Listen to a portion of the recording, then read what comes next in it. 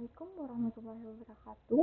Perkenalkan, nama saya Lisa Erlianti, peserta Latsar CPNS tahun 2025, golongan 2 dari Angkatan 5 kelompok kedua dengan nomor absen 19. Di sini saya akan menjelaskan mengenai analisis isu efektivitas kinerja individu berdasarkan tupoksi keperawatan terampil di Puskesmas.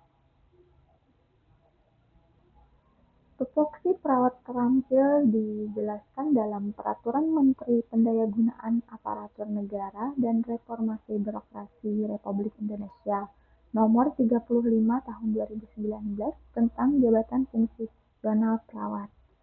Pada pasal 7, unsur kegiatan tugas jabatan fungsional perawat yang dapat dinilai angka kreditnya, yaitu pelayanan keperawatan dengan sub-unsur kegiatan meliputi asuhan keperawatan, dan pengelolaan keperawatan. Berdasarkan pasal 8 ayat 1, uraian mengenai tugas jabatan fungsional perawat kategori keterampilan sesuai jenjang jabatan ditetapkan dalam butir kegiatan sebagai berikut.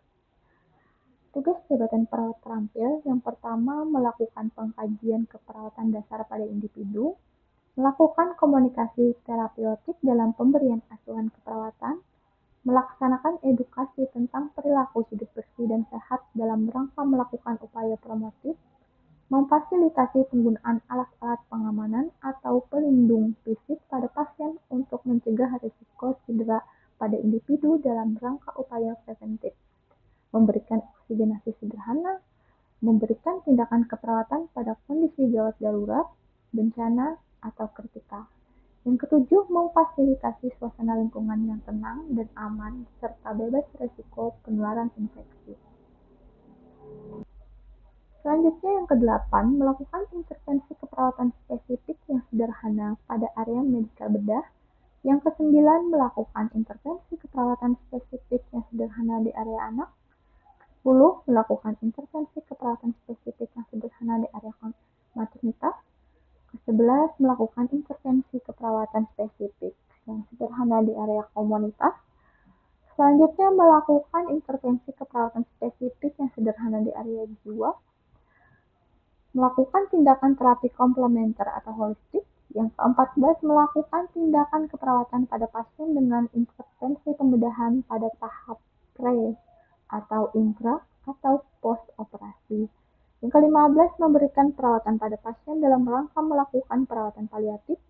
Yang ke-16, memberikan dukungan atau fasilitasi kebutuhan spiritual pada kondisi kehilangan atau berduka atau menjelang ajal dalam pelayanan keperawatan. Yang ke-17, melakukan perawatan luka, dan yang terakhir melakukan dokumentasi tindakan keperawatan.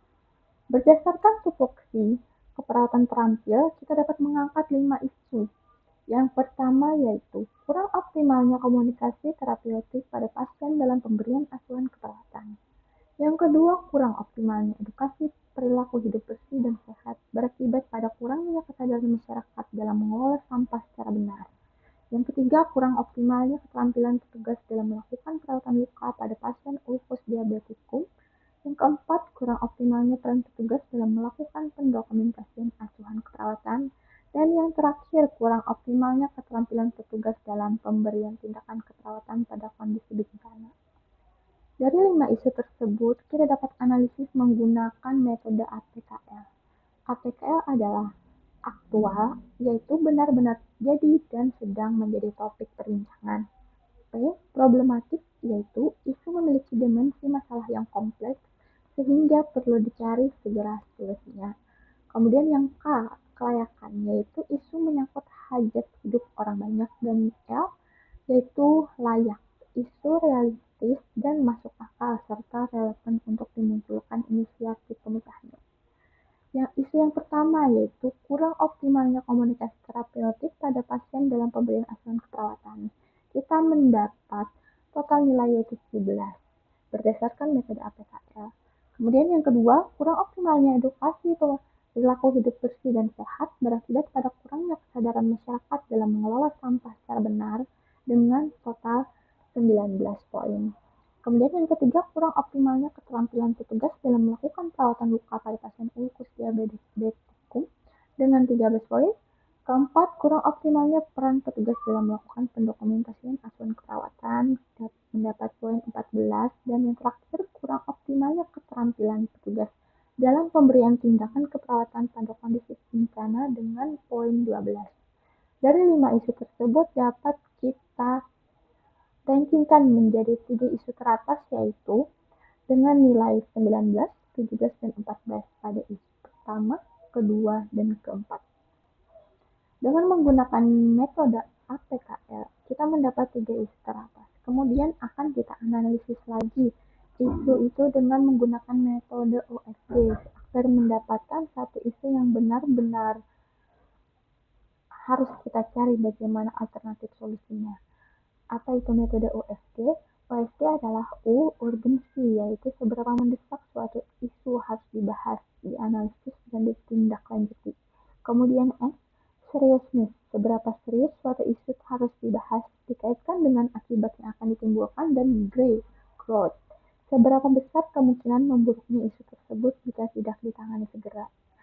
Isu yang pertama yaitu kurang optimalnya edukasi perilaku hidup bersih dan sehat berakibat pada kurangnya kesadaran masyarakat dalam mengelola sampah secara benar.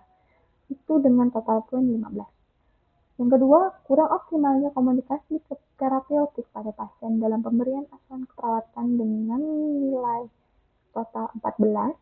Kemudian isu yang ketiga, kurang optimalnya peran petugas dalam melakukan pendokumentasian asuhan keperawatan dengan total nilai 12. Dari 3 isu tersebut dapat kita simpulkan bahwa isu yang harus kita angkat dan kita carikan alternatif solusinya adalah isu yang pertama dengan total nilai 15, yaitu kurang optimalnya edukasi perilaku hidup bersih dan sehat berakibat pada kurangnya kesadaran masyarakat dalam mengelola sampah secara benar. Kemudian, dari isu kurang optimalnya edukasi perilaku hidup bersih dan sehat berakibat pada kurangnya kesadaran masyarakat dalam mengelola sampah secara benar, kita akan menganalisis masalah menggunakan fishbone diagram untuk mengetahui faktor apa saja yang menyebabkan isu itu muncul. Yang pertama, yaitu rendahnya pengetahuan masyarakat tentang pengelolaan sampah. Faktor yang kedua yaitu metode, yaitu penyuluhan perilaku hidup bersih dan sehat jarang dilakukan dan metode penyuluhan yang kurang menarik. Kemudian faktor material, kurangnya tempat sampah yang memadai, dan faktor yang terakhir mesin, yaitu tidak ada sistem pengangkutan sampah yang rutin dan memadai.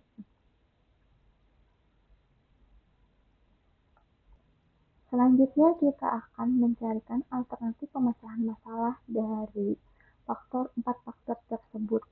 Yang pertama, rendahnya pengetahuan masyarakat tentang perilaku hidup bersih dan sehat. Dapat kita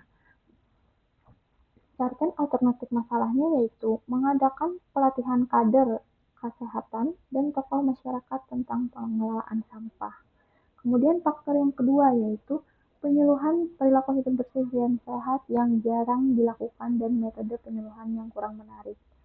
Dapat kita atasi dengan membuat program edukasi yang berkelanjutan dan penggunaan metode interaktif dan kreatif. Kemudian, kurangnya tempat sampah yang memadai. Alternatif pemecahan masalahnya yaitu menyediakan tempat sampah terpisah antara organik dan anorganik di titik yang strategis. Kemudian, akar masalahnya terakhir yaitu tidak ada sistem pengangkutan sampah yang rutin dan memadai. Alternatif pemecahan masalahnya adalah mengoptimalkan sistem pengangkutan sampah secara rutin dan berjadwal. Jadi, itulah analisis isu efektivitas kinerja individu berdasarkan tupoksi perawat terampil di puskesmas. Saya ucapkan terima kasih. Wassalamualaikum warahmatullahi wabarakatuh.